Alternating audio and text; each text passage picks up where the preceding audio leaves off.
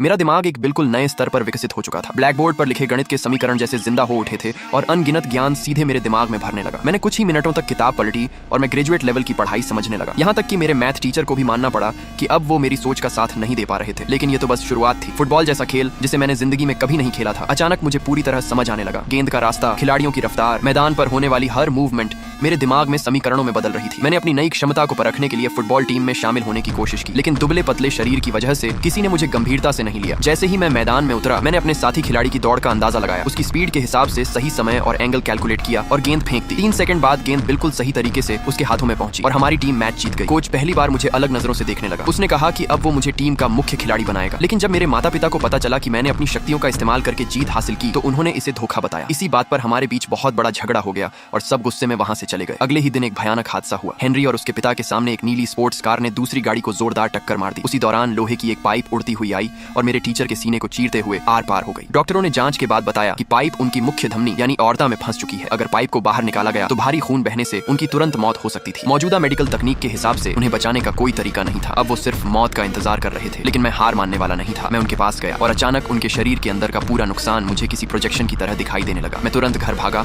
और मेडिकल की हर किताब पढ़ डाली। आखिरकार मुझे पता चला कि अगर पाइप को निकालने के सिर्फ 0.3 सेकंड के भीतर धमनी को सिल दिया जाए तो उन्हें बचाया जा सकता है। लेकिन इतनी तेजी से ऑपरेशन करने की क्षमता सिर्फ मेरी माँ के पास थी। आखिर में मैं और मेरी माँ चुपके से डॉक्टरों की नजर बचाकर ऑपरेशन थिएटर में घुस गए। फिर कुछ ही पलों में सब कुछ बदल गया। पाइप बाहर निकाली गई, धमनी सिल दी गई और मेरे टीचर की धड़कनें स्थिर होने लगी। जब डॉक्टर ऑपरेशन रूम में पहुंचे और देखा कि पाइप पहले ही निकाली जा चुकी है, तो वो पूरी तरह हैरान रह गए। और उसी समय मेरी छोटी बहन अन्ना की रहस्यमयी शक्तियां भी धीरे धीरे जागने लगी।